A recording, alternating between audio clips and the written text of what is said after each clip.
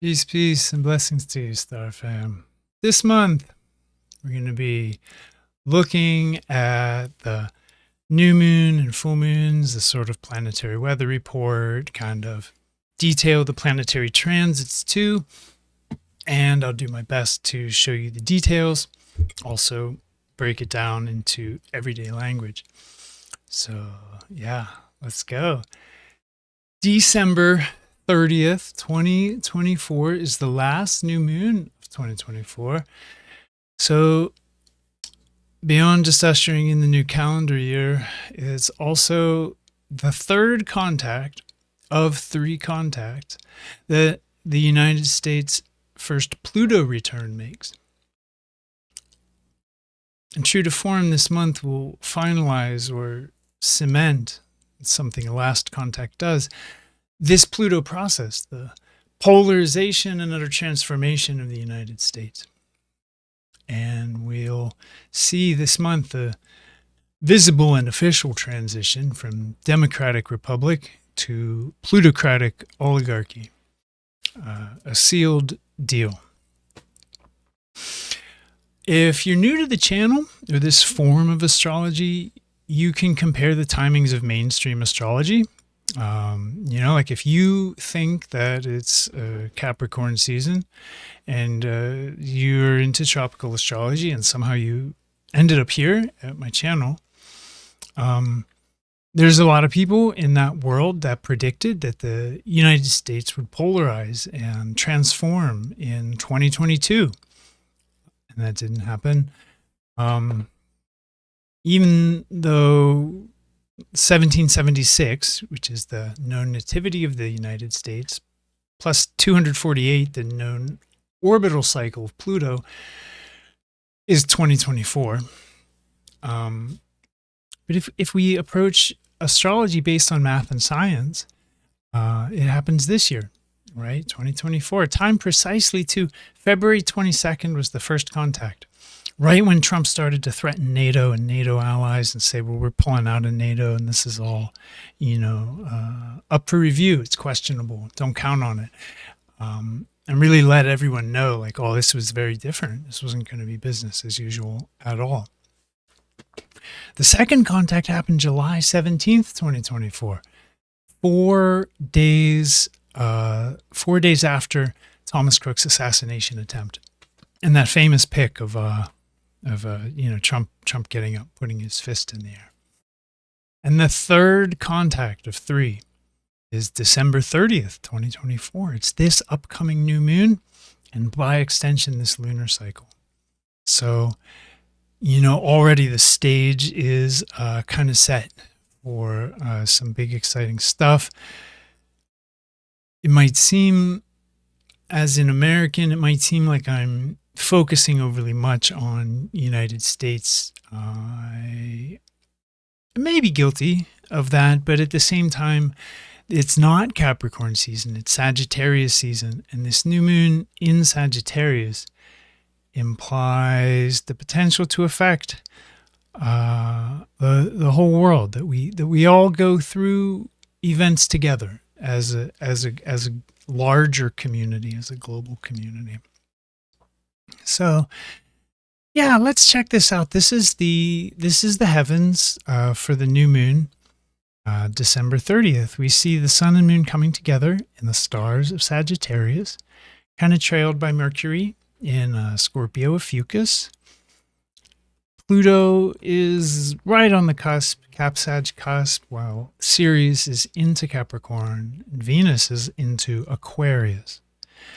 Saturn's been in Aquarius going on 2 years now, and he's in direct motion and will actually be headed towards Pisces now without any delay. And Pisces is inhabited by Neptune, the North Node, the comet Chiron, and dwarf planet Eris. Moving around to Taurus, we see Uranus retrograde in the very first degree of Taurus in this system, and Jupiter just passing Aldebaran, also retrograde. So we're going to be moving towards Aldebaran this cycle. Mars inhabits the stars of Cancer, and the south node is almost through Virgo. I want to show you something. I don't usually go here, but I just really want to give you a little glimpse of some of this. Let's see. I want to change the point configuration to all bodies and just show everything in the sky. I'm going to zoom in on this new moon right here. And we see this sun and moon here aligned with Ixion, asteroid Lilith, Quaoar, a dwarf planet, a higher octave of Jupiter, asteroid Pholus, and asteroid Pallas. That's a pretty intense lineup. These Pallas and Pholus and Lilith, for what it's worth, are more major asteroids, and I'm not going to say overly much about this. I will say it's going to increase the dynamic and transformative qualities of the whole cycle, especially the new moon. It encourages taking bold risks. That's a Quaoar and a Ixion and a Pallas function, and it's going to create good fortune for some. That's a Quaoar. It's a Quaoar function. Taking risks, maybe going too far in order to create good fortune for yourself. It's just kind of the textbook, kind of one of the textbook interpretations that's possible here. Lilith makes things wild and unruly and unpredictable, and the whole thing seems worth mentioning.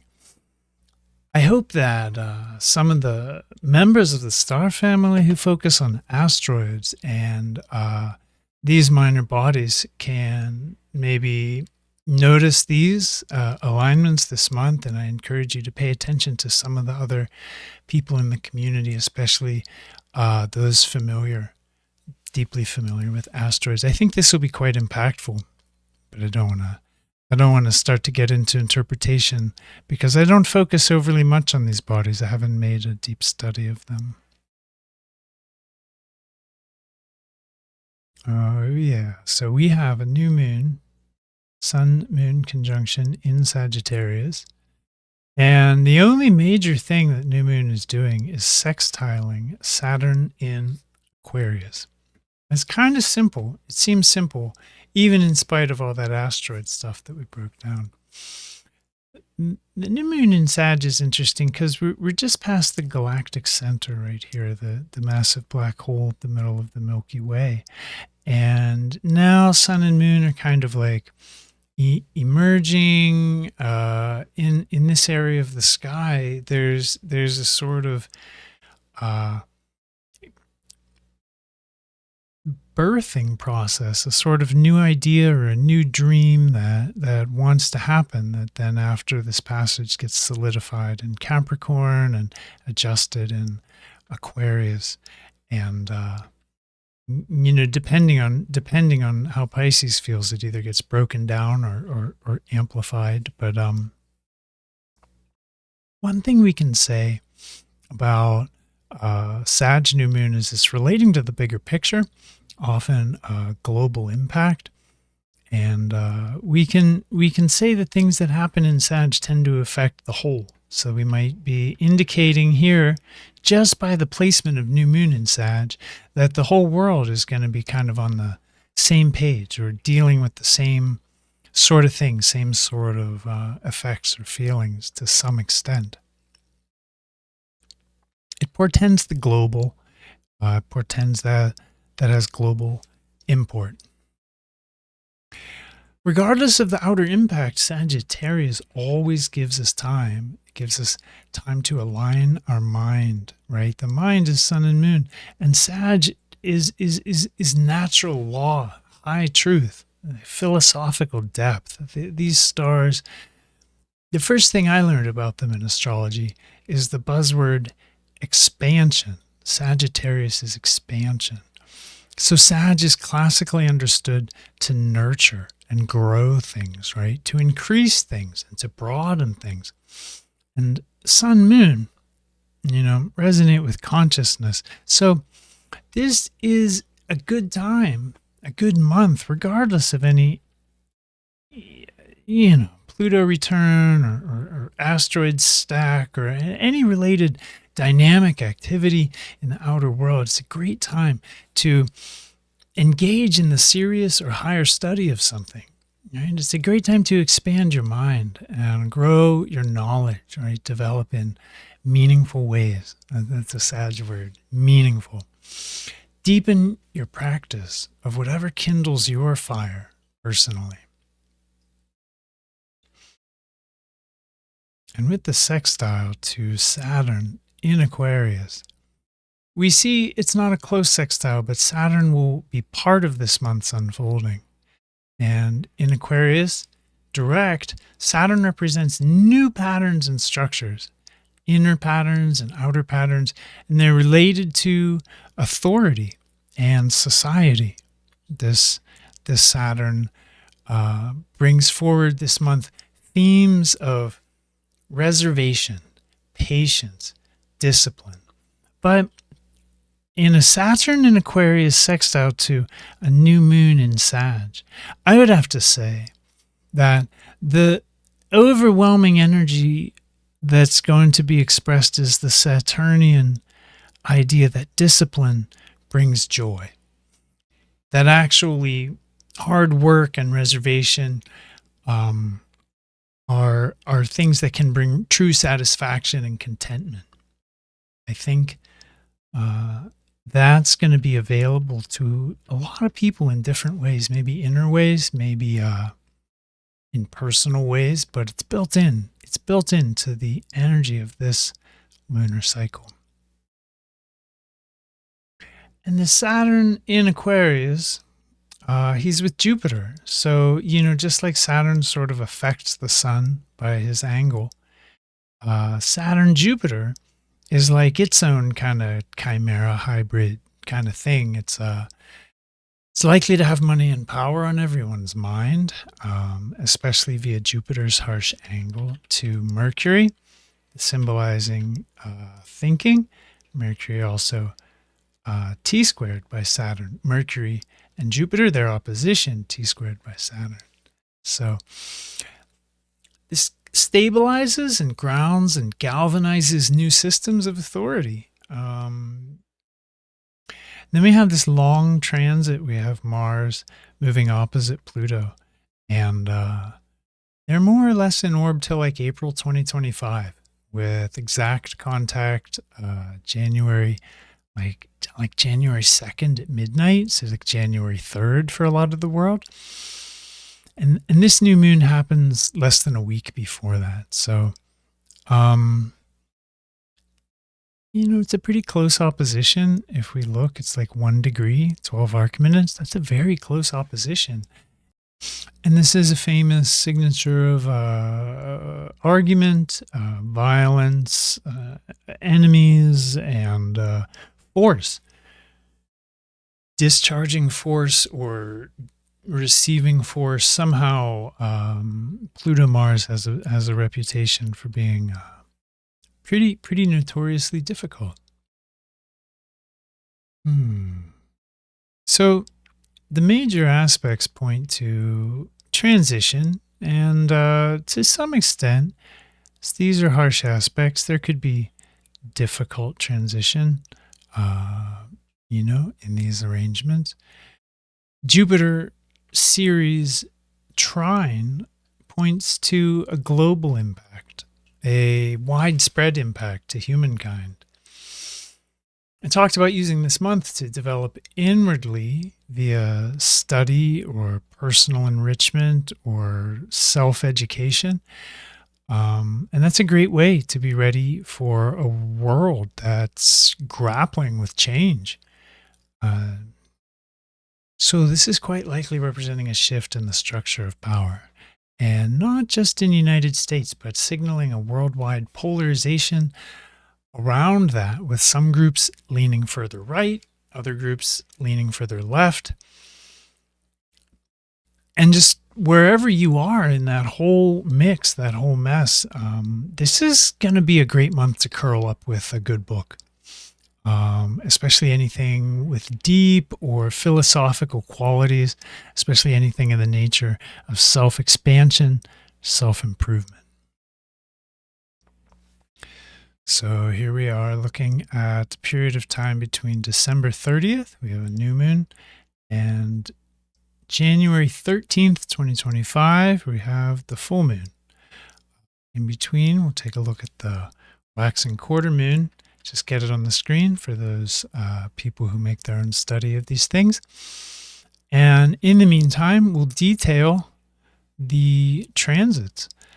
The first week of December sees from the 31st through January 5th, this Mars opposite Pluto that we talked about, reflecting force and endeavors that involve force or the threat of force. Very famous combo for like military and police types, martial arts types, people who work security, gang members. This combination has a really interesting quality. It likes to watch people squirm, likes to say things that make others uncomfortable. It's a really troublemaking influence. So this is going to affect some people in very bold, very direct, very volatile ways. And we can expect that at this time and peaking on the 3rd of January, we can expect this to be in full force. To paraphrase Kenneth Bowser, Mars and Pluto in combination is a force of nature, overwhelmingly powerful, and can be heroic in high-stakes situations, but in its negative expression can be cruel and dishonorable. And this transit acts as an umbrella for some other transits that are going on leading up to the waxing quarter moon. We have Mercury trine to Eris and Sun sextile to Saturn. Mercury trine Eris on the 3rd and 4th could have us thinking differently. A lot of motivation here, a lot of power, a lot of passion. More likely to be empowering than it is to be destabilizing because of the trine aspect and because of Saturn's very stabilizing influence to Sun here, which Sun and Mercury are always so close. So Saturn creates stability within this wave as the Eris-Mercury contact can indicate some instability. We might be thinking differently around this time. And then Mercury squares Neptune, which is another indication of definitely thinking differently. Mercury square Neptune here on the 5th through the 7th of January could lead to very sensitive aspects of consciousness. We could be feeling very refined, very much more sensitive than usual, even psychically or intuitively sensitive. But there's also, with this aspect, with the square especially, confused thinking, the famous byproduct of Neptune square Mercury. And it's more likely because of the North Node influence on Neptune at this point and the galactic center, right where Mercury is. So there could be darker strains of thought that float through at this time. And if you're prone to confusion or psychosis or depression, or if your personal veil is just thin, you may want to be aware. Mercury is passing the galactic center, making its passage over the dark rift. It's a different influence than anything else in the galaxy. It's a death and rebirth process. So if things are a little wonky here, I wouldn't pull the alarm just yet. I'd let them be wonky. They're likely to stabilize in the coming days. All right. And with that, I want to open the waxing moon chart. Here we have the first quarter moon, January 6th. And I'll just leave that up without comment. Okay. And we're back to the transits of the week. This will be the second week into the lunar cycle. After we pass that waxing quarter, there will be from the 7th to 11th a Ceres trine Jupiter aspect. I want to spend a little bit of time here. This is actually one of the brighter points of the month on paper, and And Jupiter's famous best aspect is the trine. So it's long been understood that Jupiter provides the most support and uplift via this kind of relationship. Ceres is older to us in the astrology bag than Uranus. We've known about Ceres for longer than we've known about Uranus, but we know far less about her astrologically. We know from observation there's a nurturing, caring, giving, mothering kind of caregiver spirit that Ceres carries. There's a process of self-care and self-reclamation that Ceres promotes. And I think of the mythology of her as Demeter. This is Greek mythology. Same figure, Ceres, Roman, Demeter, Greek. Demeter lost her daughter, Kore, to the lord of the underworld, Hades, only to go on an underworld journey to recover her, only to have her change. She returned as Persephone, left as Kore, returned Persephone. And I think of that as a story of reclamation about our own inner child, and how we all get touched by life, affected. We eat the proverbial pomegranate seeds. We make ourselves out of the energy of this place by means of our experience. And even if we successfully reclaim our precious inner child, it's not the same as being a child again. But there is a mature expression of curiosity and joy and play and love. It's a journey, and we all have to lose this in order to reclaim it. This is a life process for all who wish to engage it, and it's symbolized by Ceres, Demeter. So beyond these really valuable concepts of caregiving and nurturing, we can understand Ceres dynamically as correlate to the process of self-reclamation. Very broadly, the process of recovery from trauma, all sort of insult and injury and pain of life, very broadly speaking.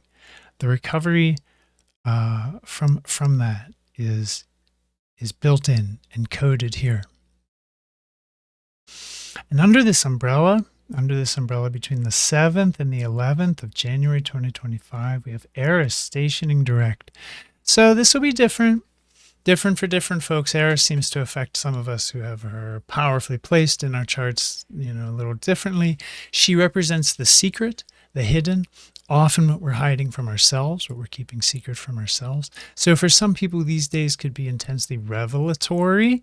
For others, they could just be a little confused, even chaotic. After this, Mars trines Neptune.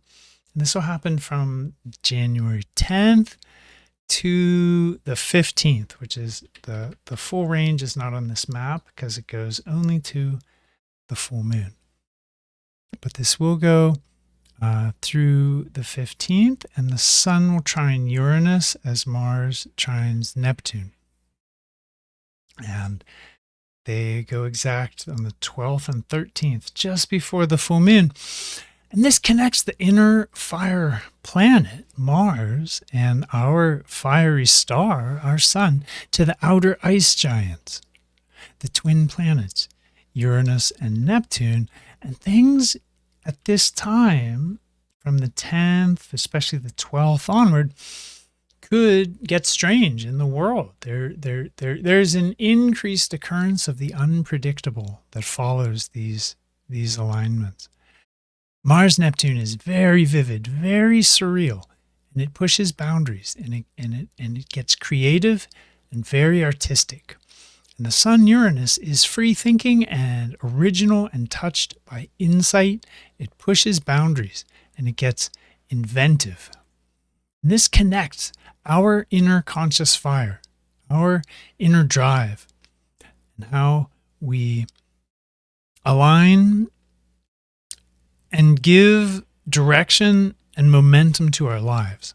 It aligns that with the deep hidden forces within ourselves.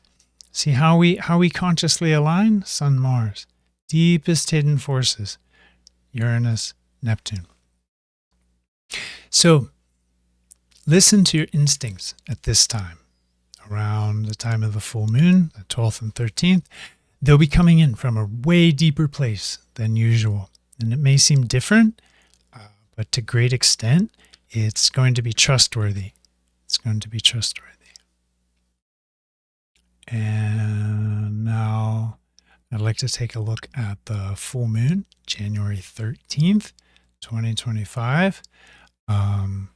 Certainly intense. The full moon, always a point of opposition between the sun and the moon, and always for that, pretty dynamic, pretty lit up, pretty intense.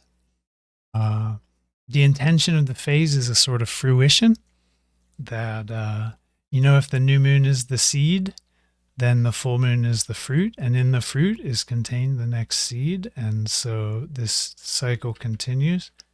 But the full moon is the high point, energetically speaking, high point of the cycle. So we have this full moon on the Sagittarius Gemini axis. We have the sun with Pluto and the moon with Mars, and they are activated. Pluto by Altair, Mars by Procyon, Sun by Peacock, and Moon by Pollux, all activated by somewhat significant stars. We have the Sun-Moon involved with Uranus and Neptune in this crazy formation here, this trine sextile to both.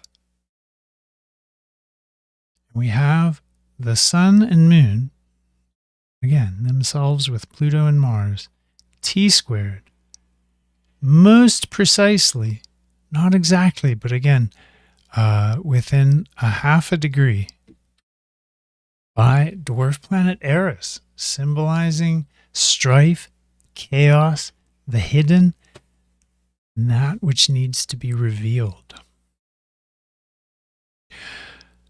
So, wow, yeah, let's break that down.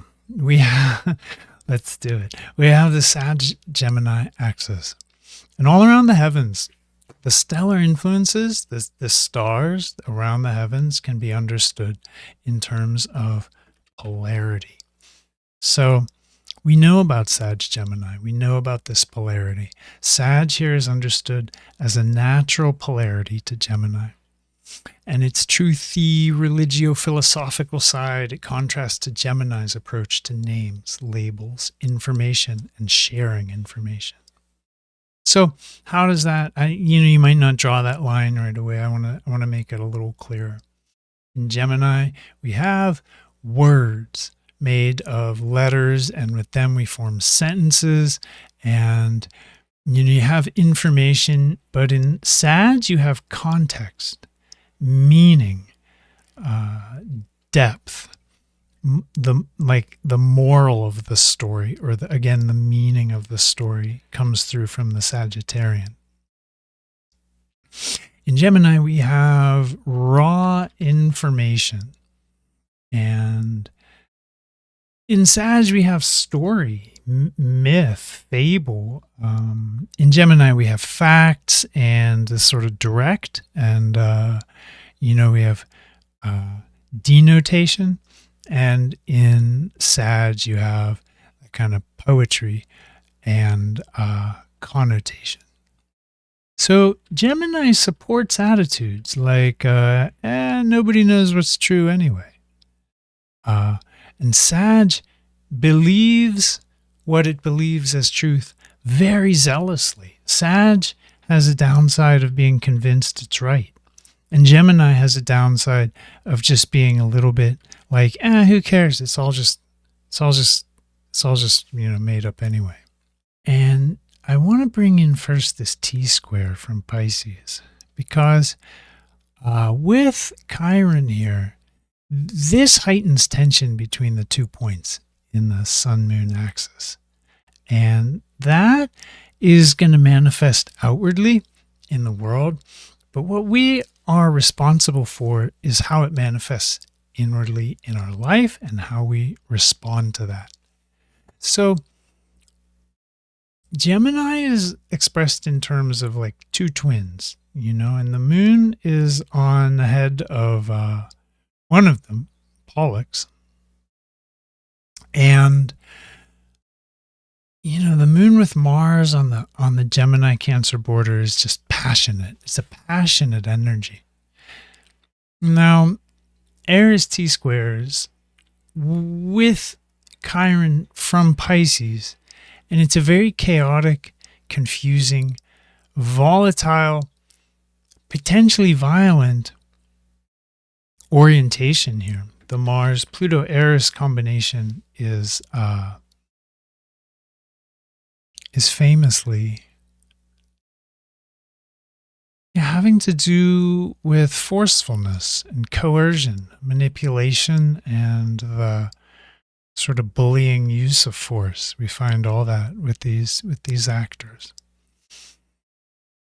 When we look at the involvement of Uranus and Neptune here by trine and sextile to the new moon, which I'll leave up because I don't want to clutter this middle or confuse it. Excuse me.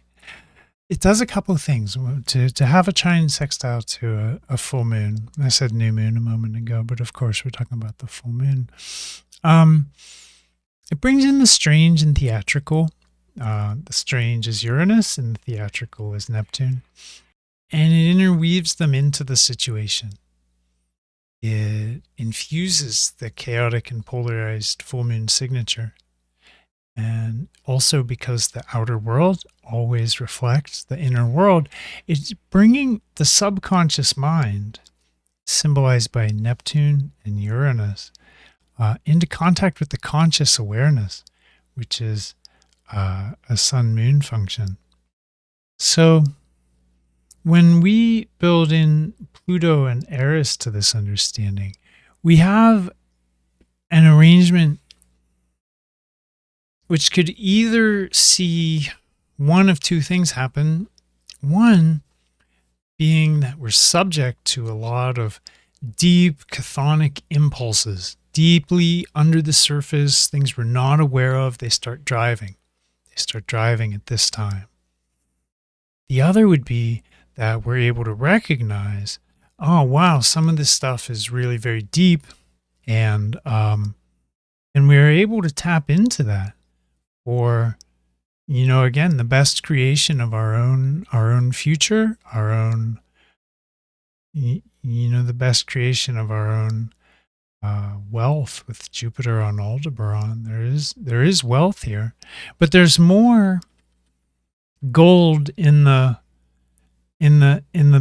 teasing apart these polarized processes. Moon, Mars, and Gemini. Again, Gemini polarized. Sun with Pluto. Pluto, the agent, the primary agent of polarization, may be matched only by Eris. And, again, the whole thing, very hard to see an easy interpretation. We can say this is going to be intense. We can say it doesn't look like a very gentle full moon on paper. It doesn't look gentle at all. And it seems like tensions and general social frictions are likely to be high.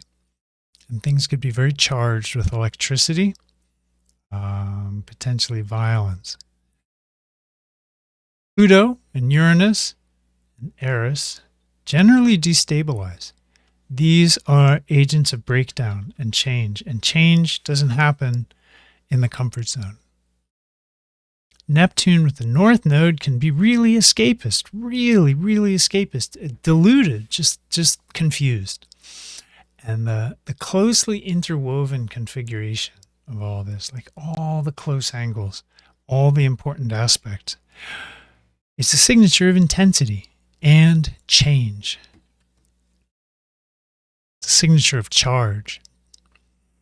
Oppositions and squares have a history of presenting challenges and tension.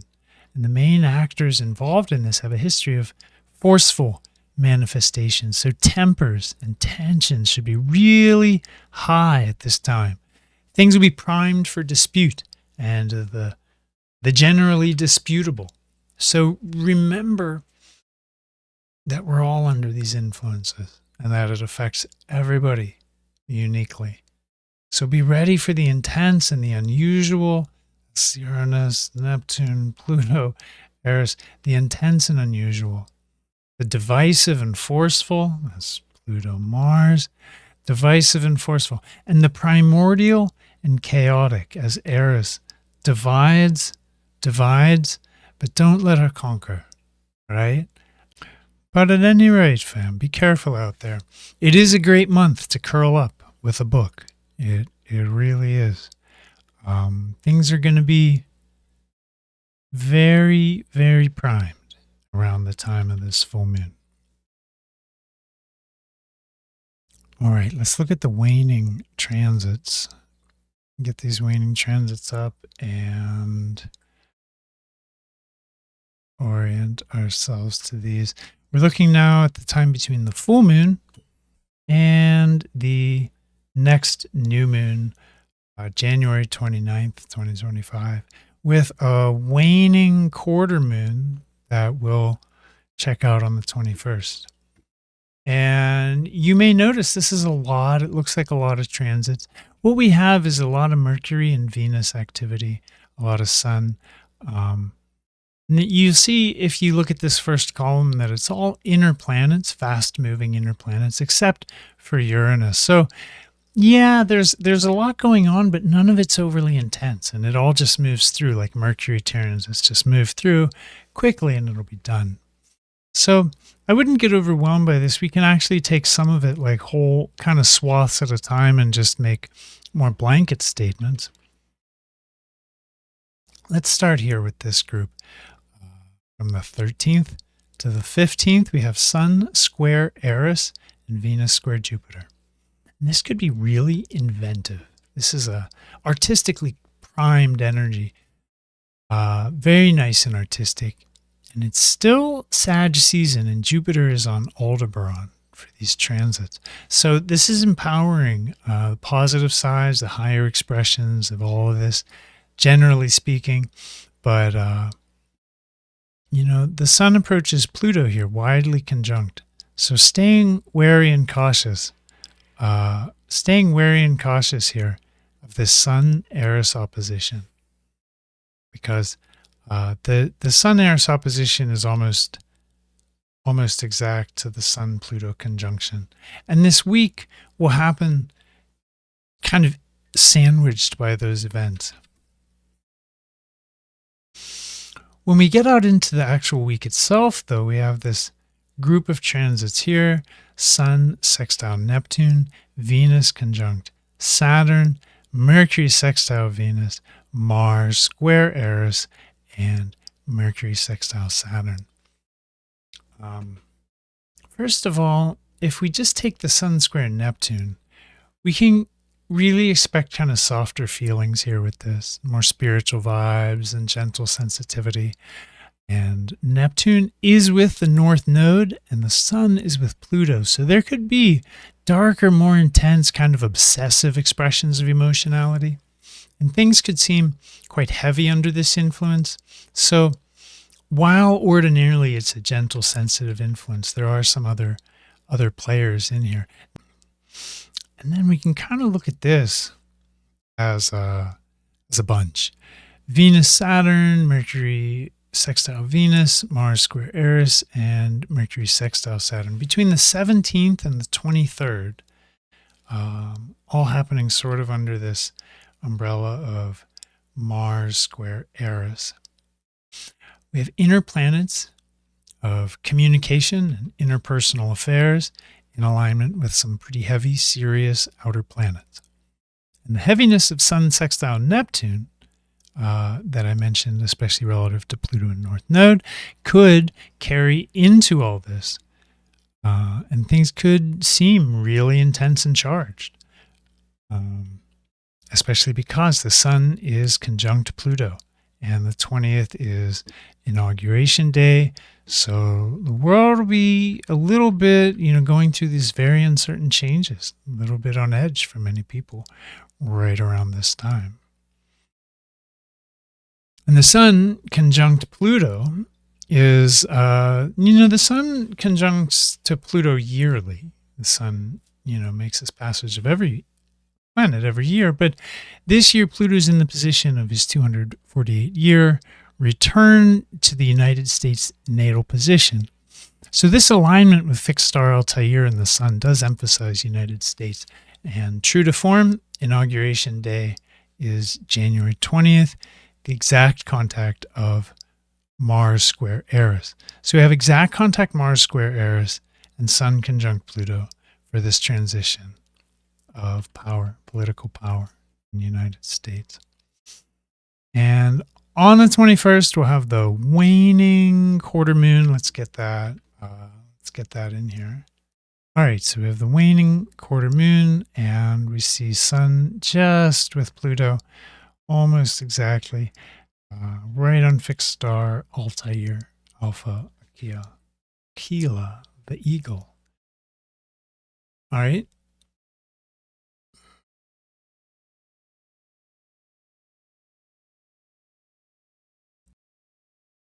All right, so we're back and we're looking at this period of time after the waning quarter moon, and we have a whole family of transits kind of happening under the umbrella of Mars sextile Uranus.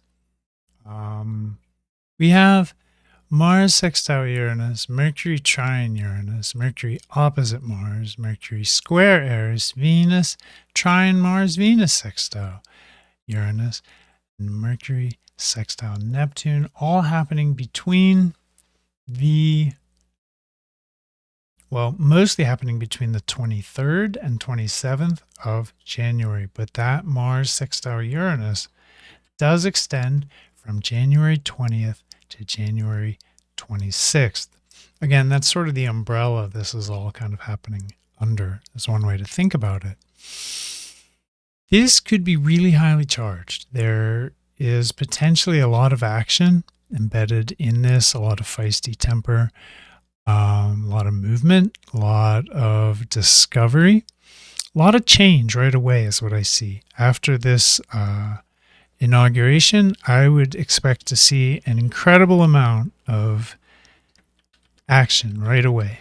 Bold change, risky change, and all this signified by Mars sextile Uranus. Bold change and risky change. It's a great time to take risks. It's a great time to be bold. Fortune favors the bold at this time. And and also with Mars Eris, the Mars Eris just in orb until the 23rd. This could be a potentially violent period of time. One thing that we have a little outlier to that group, we have separated by the little bit of time on the 28th before this comes into orb. And on January 28th and 29th, we have Mercury conjunct Pluto. So following the Sun here, we have Mercury conjunct Pluto. Could represent polarity of opinions. That's an easy one. It could be a time to be very careful in conversation because Pluto-Mercury contact makes things intense and it makes them dichotomous. So don't get into fights you don't need to get into. Don't do that. Things will be really primed right now on the 28th and 29th January for argument, for and just adversarial conditions. All right, let's look at the next new moon. Yeah, so we have a new moon, January 2025. It's a Capricorn new moon. I see Mercury conjunct Pluto pretty closely, really exactly. Not precisely exactly, but very close, within about 15 arc minutes. Jupiter is on Aldebaran. It's a big royal star with a lot of lessons to teach, a lot of potential, a lot of power. And it'll be trine to the new moon. Mars is on a star in Gemini too, an important star. Castor, the mortal twin. Yeah, we did it. There it is. Another month under the cap of our understanding, hopefully. And if you didn't quite get all that, Dr. Danny Inman at learndrdanny.com is starting a program called Stellar Foundations, which is a 13-week intensive program starting January 20th, 2025. It's designed to thoroughly familiarize students with charts and more. I've seen the curriculum because I'll be providing tech support to students, providing support for Capricorn Prometheus astrology software. It looks very valuable. The program looks really great. I'm really proud, actually, to be on board. I'm happy for Danny and what she's accomplished. And I just want to promote that and make you aware that if you want to familiarize yourself with astrology, this branch of astrology particularly, up to the point of potentially being able to read a chart, to effectively interpret what a chart is saying, that's the program for you. I could promote an overwhelming number of resources that are out there, actually, because, just because they're excellent doesn't mean I'm going to talk about them on this video. But I admin a community hub. And if you use the Facebook platform, please join us at Radical Astrology. It's kind of where all of the people kind of bounce ideas around and talk about charts. And, we've got a lot going on there that I just want to introduce people to. It's a great place to network with all kinds of information. Practitioners of all shades and stripes. It's good. I've got a little collaborative project in the works, but it's still taking shape. I will be one half of a podcast with someone who practices a totally different style of astrology. I mean, totally. So stay tuned. Stay tuned for updates. For now, I'm going to keep that cat in the bag. As it develops and there's more to say, I'll say more.